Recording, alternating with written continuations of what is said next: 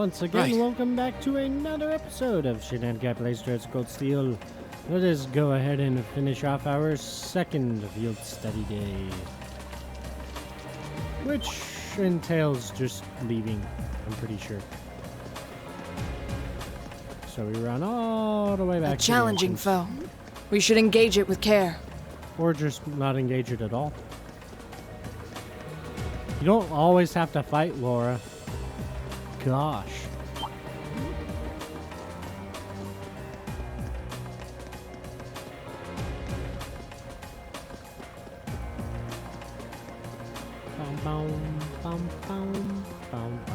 Oh?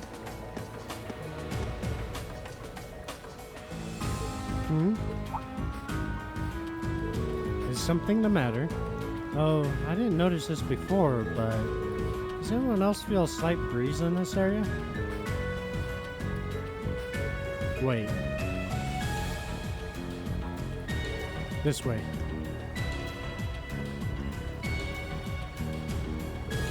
Do you think this is like the passage we found yesterday? So there's a secret passage here too. If so, I imagine it probably opens like the last one did. Maybe this leads to somewhere else in the capital then. No way to know for sure until we open it. Yes, let us open it. Whoops.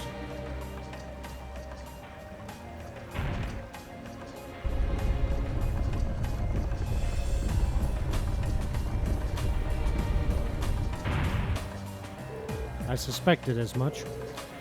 I wonder where this leads. It's hard to be sure. We lose our sense of direction and location traveling underground like this. If I had to guess, I'd say we're headed in a direction of maybe there's an exit close by. Alright, let's try and make our way outside. Yeah, another tunnel. Spelunking. Spelunking in the only way that Batman would be happy about. Guys, I'm tired. I don't know what I'm saying anymore. We go straight? That looks like a tough one. Be careful! Okay, so that wasn't the direction we needed to go, but we did need to grab that chest. So, technically...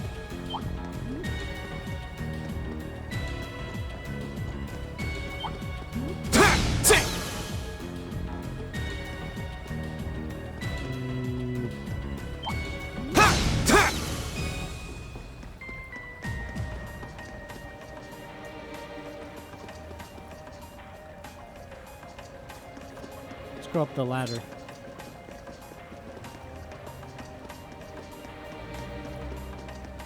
Oh, a treasure chest! Ah, good thing we went up the ladder.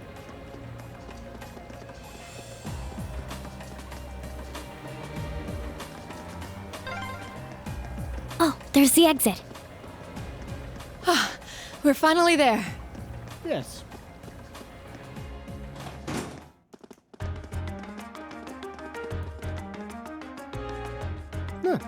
Looks like the US district.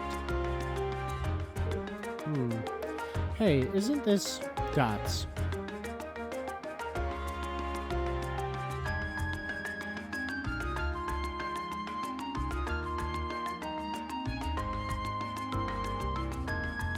US district.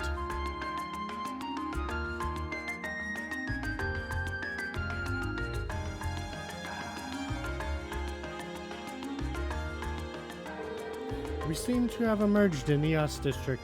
Machias' home is here, if I'm not mistaken. Wow, I had no idea that underground passage went all the way from the port to here. That network of tunnels beneath the city really does seem to cover a vast area. It's like something out of a spy novel. I'll say. Maybe it's a sign.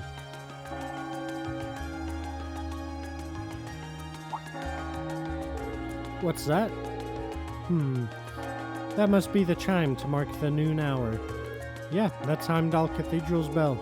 The cathedral itself is pretty far away, over in the Sank district, but you can hear it pretty clear even here.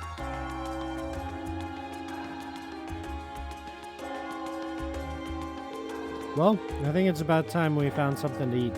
How about we order to go from one of the local shops? And We don't really have much, but I'd be happy to at least treat you to coffee at our house.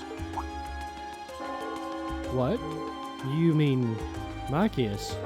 You're inviting us into your home. Yes, he is inviting us into his home. Title screen.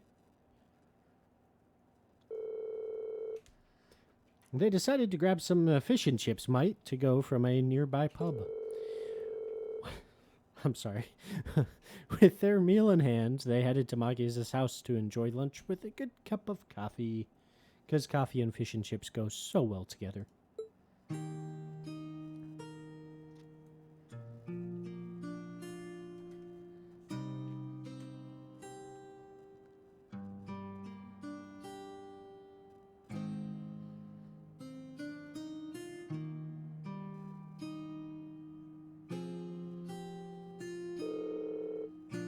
Since when did fish and chips have hot dogs?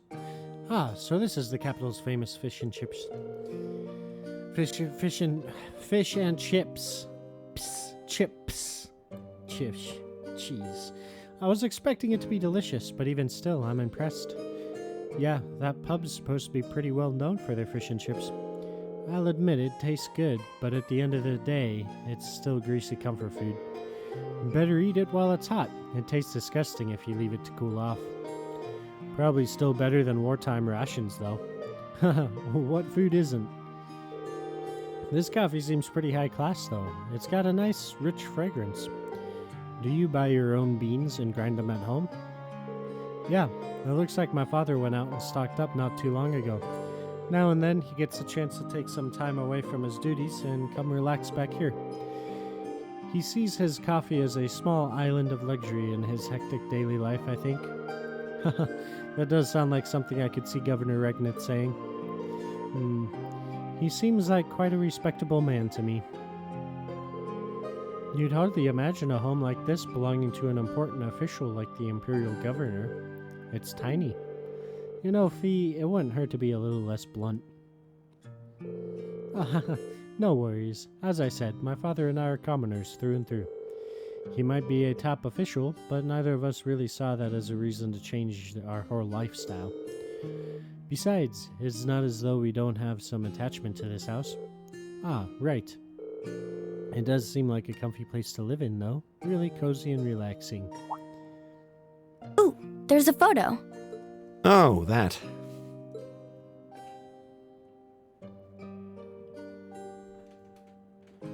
Aww, look at cute little Machias there. The glasses are great. He looks like he had such a sweet disposition. Yeah, before he grew up to be a stubborn old nag. Stop nitpicking people's old family photos! Honestly. The governor looks the same as ever, though. Is that woman next to him your older sister or something? Close enough. She was a cousin on my father's side of the family. Since she lived quite close, she often came to visit. Our family was just my father and I, so having her around was a big help. The way you speak about her seems to imply you no longer see her. Did she get married and move away? Dots. She died. Yeah, get ready for another depressing story. Around 6 years ago. Oh.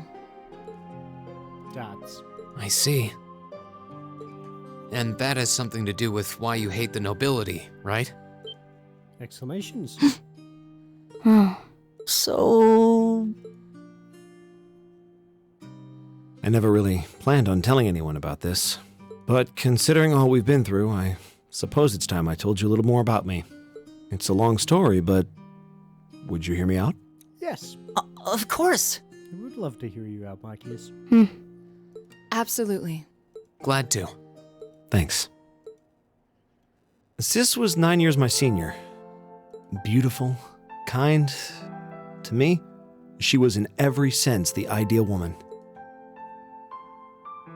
Now, as I said earlier, we're a family of commoners through and through. But my father proved to be a very capable government official. And eventually, he was promoted to an important government position, where he started to make a name for himself.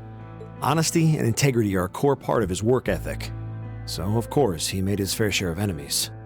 But after seeing success in a number of major projects, He gained a reputation both inside and outside the government. My mother died when I was still young, but Sis happened to live around here and ended up helping us in more ways than I can count. Since she was his niece, my father always made a fuss over her. And even though she didn't live in the same house, she was like a real sister to me, and a real daughter to my father. I was always so proud of her. As a child, she was practically my idol. And as you'd expect, she had countless admirers among the men of the city. But for all her popularity, she was always level-headed and sensible. So I never felt I had anything to worry about. Until he appeared. He was one of my father's subordinates at City Hall. Though unlike him, he was a noble by birth. A man of high rank, too. The heir of a count. However, he had none of the arrogance or haughtiness one usually associates with the nobility. When I met him myself, he came across as an honest and loyal man. He met Sis when Dad introduced him to her one day, and eventually the two of them fell in love and began a relationship, despite the difference in their social status. As a child, I was frustrated beyond words, but even I had to admit that the two of them made a good couple. And Sis seemed so happy when she was with him that I had no choice but to let it go and accept their relationship. Time went on and they became engaged, with Dad acting as the go-between. And that's when everything started to fall apart. His family couldn't have been more blatant in their attempts to undermine the relationship. Apparently, one of the four great houses, House Cayenne, proposed an arranged marriage on short notice. And the Count's family were up in arms at the thought he might choose to take a mere commoner as his wife. Since my father held an important post, they were limited in how shamelessly they could try to sabotage the marriage. But they began to harass and threaten her in secret every way they could think of. They made her life a living hell. Maybe she didn't want to cause trouble for the man she loved, or perhaps she did it out of consideration for my father. But all that time, she chose to endure it alone. She never discussed it or asked for help. And finally, it became so crushing that she took her own life. It was only afterward that my father and I learned what had really happened. It seems that at the very last, he had chosen to betray her love for him. "But I told her," he said. "I told her I'd treasure her as my mistress instead if she'd just accept that we couldn't be married. I just don't understand it. Why would she take her own life?"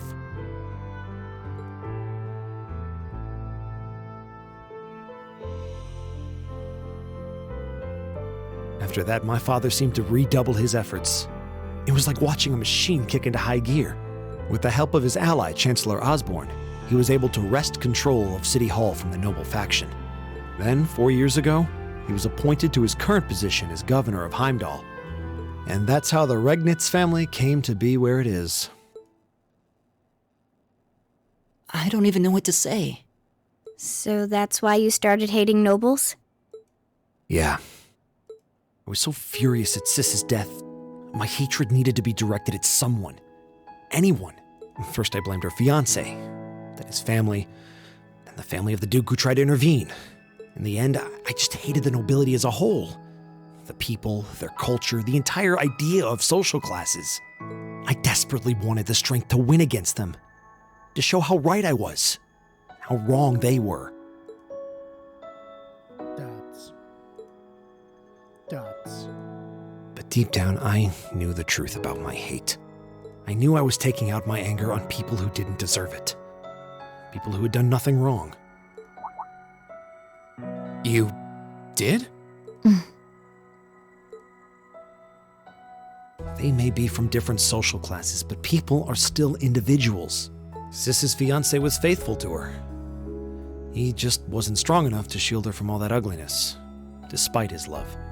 And the Count and his family were only acting in their best interests, which is to be expected, really.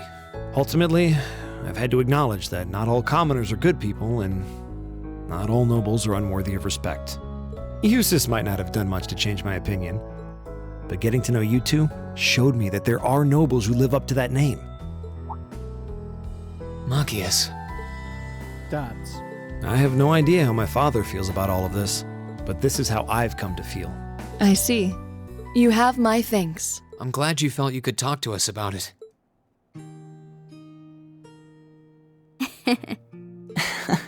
Still, I don't think it hurt to be a bit more honest with yourself. If you're willing to admit all of that, maybe you can find it in you to be friends with Eustace too. Are you kidding me? I might accept that not all nobles are bad, but that arrogant, self-centered fool can go choke on a palm. He's mocking me for spending so much time studying, or telling me I need to get out more.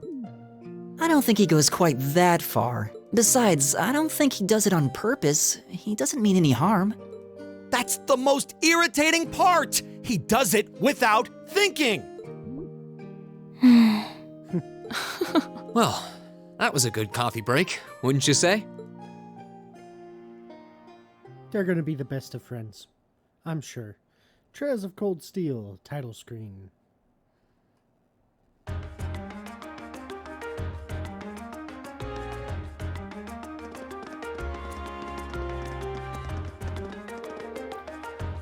Well, lunchtime is over. It must be almost time for the summer festival decorations to start going up. Huh? I would have thought preparations for that would have started way before now. Is the summer festival not that big of a deal in the capital?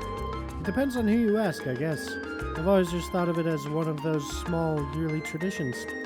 In my hometown, the summer festival is a major event with extensive preparations.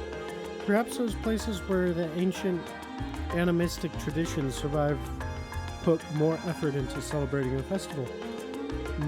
Animism does seem to have mostly vanished here. Not as much as in Ruhr or Crossbell, though. Well, I suppose it's hard to think of it as a seasonal festival in the capital when it's celebrated a month late to begin with. I think most just see it as an opportunity to catch a glimpse of the imperial family. Yeah, that sounds about right. Oh, that makes sense. Exclamation! Was that your Arcus ringing? What's it doing ringing out here? This is Class 7, Group A. Reen Schwarzer speaking. Hello there, Reen. This is Garl Regnitz. Governor Regnitz? Exclamations? Dad? Come to think of it, he did say that we'd be able to use our Arcus communication functionality in the city, didn't he? You're Group A's representative, so I figured it'd be best to call you. Is now a good time? Oh yes, now it's totally fine. We actually just left your home. Machias invited us in for coffee. Did he now? I had a favorite specialty store roast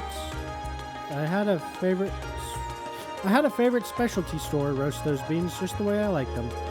It was top-notch brew, all right.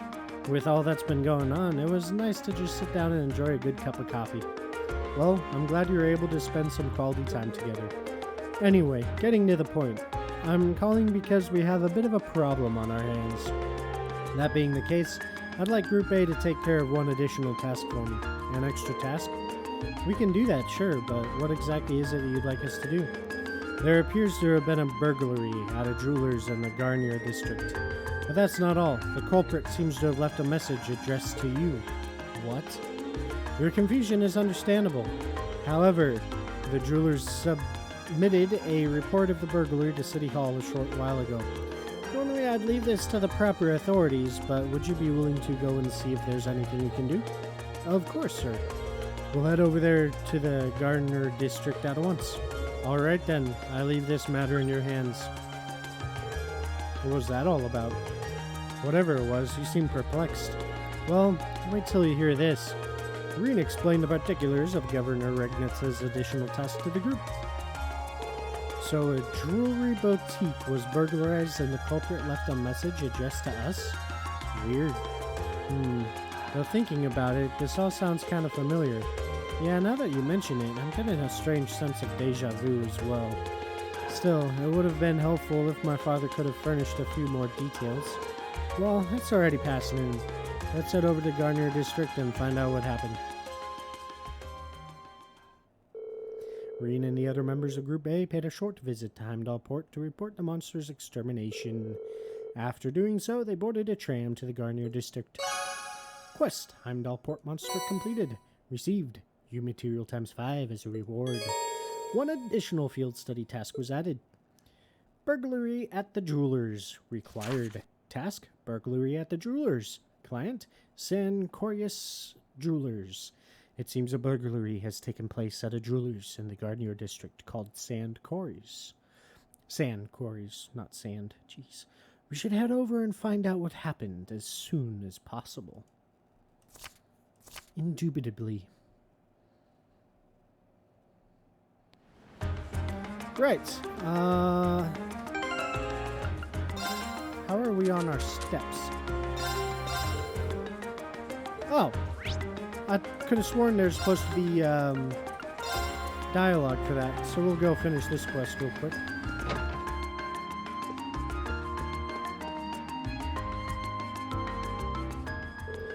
Hey, done with the endurance test, I see. Mind if I get those back? By all means. Returned, Lady Strigas. Impressive. You walked pretty far, but they're still in near perfect shape. I think I'll be able to recommend these to our customers with no reservations at all. I still want to take another good look at them later, but I'm confident enough to order another batch right now. Glad I could be of assistance. The Strega Corporation must be quite the company if they've been around for 50 years, though. They've got some history, alright. Still not too well known in Erebonia, though. Partially because we've historically been one of the most protectionist countries on the continent. That's been changing bit by bit over the past 10 years, thanks to Chancellor Osborne's reforms, though.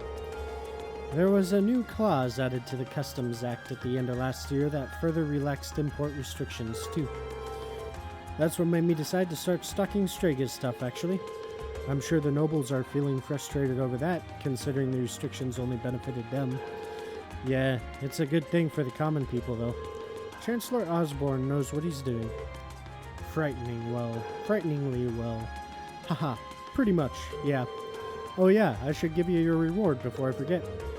First of all, let me give you a brand spanking new pair of those shoes you just tested out for me. I needed someone specific for the test run, but there's no need to worry about that with these. They're transistor free. They'll fit anyone as long as you tie them properly. Received, Lady Strigas. My thanks. Cheers. Guess that's that. Thanks again for the test, Hope. Quest made for walk-in completed. Let us wander over to the department store. I don't think we're really low on battle scopes, but I kind of just want to stock up for peace of mind.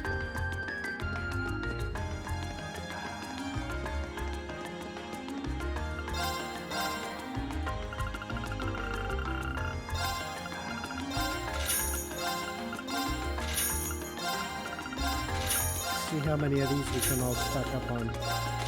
We definitely have plenty of Mira.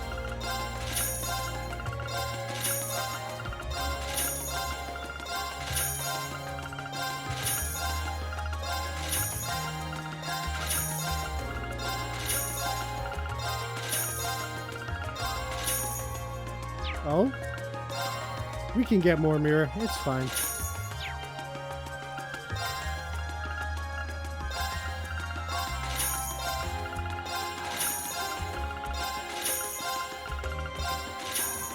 Wow. Huh.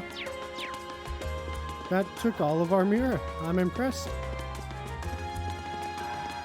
Alright. It's a little bit early, but I think we're going to cut the video right here because we've got some longer tasks coming up. So, yeah. We'll end it right here, and then next time we will see what this theft is all about. So, until next time, I will see you all in the next video. Goodbye for now.